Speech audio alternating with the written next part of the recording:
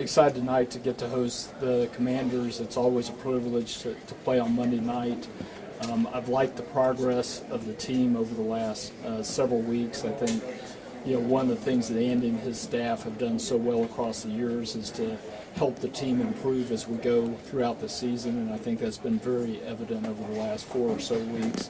As I mentioned, I'm looking forward to tonight as well as the rest of the season. I'm very optimistic about the direction of the team. Clark, can you just take us through how you were feeling when it was 0-2 and how you processed that at the time? Yeah, well, I think like every Chiefs fan, I was very disappointed. It was not the start that we wanted to get off to. We've had a lot of years with Andy as the head coach where we start and run off a streak of games that we win. That was not the case this year. I knew that Andy and his staff would keep slugging away at it. One thing that's true about an NFL season is it's really a marathon, and that was what we reflected on. There was a long ways to go and a lot of opportunity to improve, and it's been gratifying to see that over the last few weeks. And what stuck out the most to you about why it's all changed? Or feels like it's changed? Well, I think it's a combination of a couple of things. One, we've gotten a little bit healthier, gotten some players back on the field. I think some of the young players have matured quickly and are playing important roles for the team at this point. And then, as I mentioned earlier, Andy and his staff do a great job at teaching throughout the year, and I think you're seeing the benefit of that. Clark, seeing how the season's turned out, there were teams that probably nobody expected to be at the top of the conference thus far, but when you look at it, you feel like the playoffs, if it were to start today, you'd be on the outside looking in. Do you feel like the playoffs have essentially started for you all, knowing that after tonight's game you got Buffalo, Denver, and Indianapolis coming up?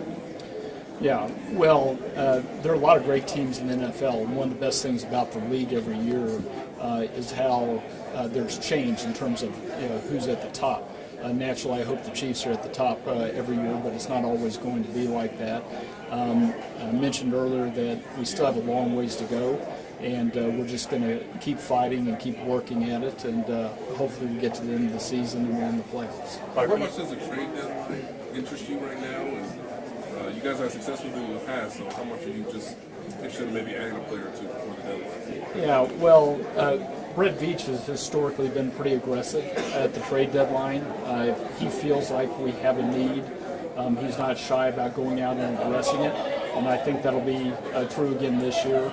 Obviously, an important part of it is where you stand from an injury standpoint, and we've been pretty fortunate up to this point. We were sad to lose Norman Lott last week, and that definitely hurt us along the defensive line.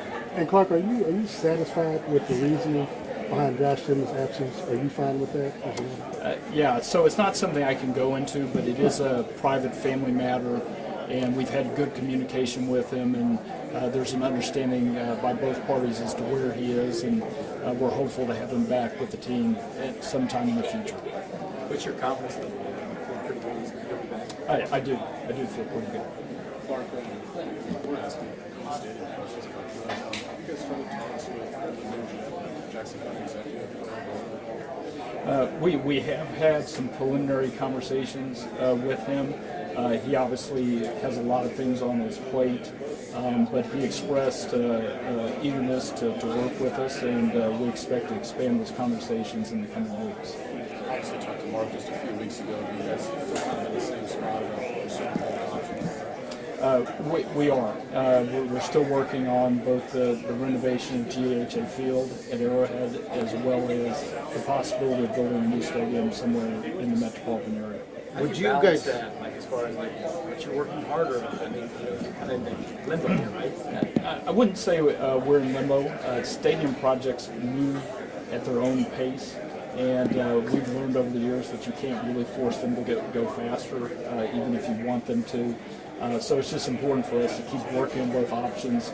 We're glad that we have both options, and hopefully sometime in the near future we'll get to a decision. Clark, are you guys considering an April ballot for a Chiefs-only proposal of some kind? So if we pursued the renovation option, there is a chance that we would be on a ballot next year. It doesn't necessarily have to be April. and we haven't gotten that specific in terms of timing at this point. Can I ask one World Cup question too? Sure. All right. We're going to talk. They're going to have a meeting at FanFest tomorrow. I heard a story about you and a game where you would try to kick a ball through a wooden hole at World Cups, like at a FanFest type thing. Can you share that memory that you had with your dad? And is that something you want to bring back to this FanFest? Yeah, so first of all, let me just say that I think the FanFest that the organizing committee is planning here is going to be absolutely fantastic, both for fans who are in town to see games as well as for the fan base here in Kansas City. And I would encourage everybody to go out and see it. The story you're referring to was at the 1974 World Cup in West Germany, which was the first World Cup I attended. And I was there with my father in a plaza in Dusseldorf, Germany. And this was an early example of a fan fest. The locals had put up some games for kids and kids at heart to play. And there was one where you could kick a ball through a hole in a wooden wall. And naturally, my dad, whose nickname was Games, was eager to jump up there and give it a try. And he did that, and he was just okay. And he then encouraged me to do it, and I had a little bit more success than him, which was a lot of fun. Is that kind of a core memory for you? Absolutely. It's my first World Cup memory. Hey guys, Clark, Rasheed had his suspension. He's done now. He's back here playing. Went to your alma mater and went through a lot of things down there. What sort of discussions did you have with him, if any, this summer while he was going through all that, and where he is right now with you guys? Yeah, well, we really feel like Rasheed has been on the right track over the last year. He clearly made a very bad mistake and used some very poor judgment, and I think he learned a lot from that, and we've really seen him mature, which is important. It's okay to commit one mistake, but you've got to learn from it, and I think he certainly has done that.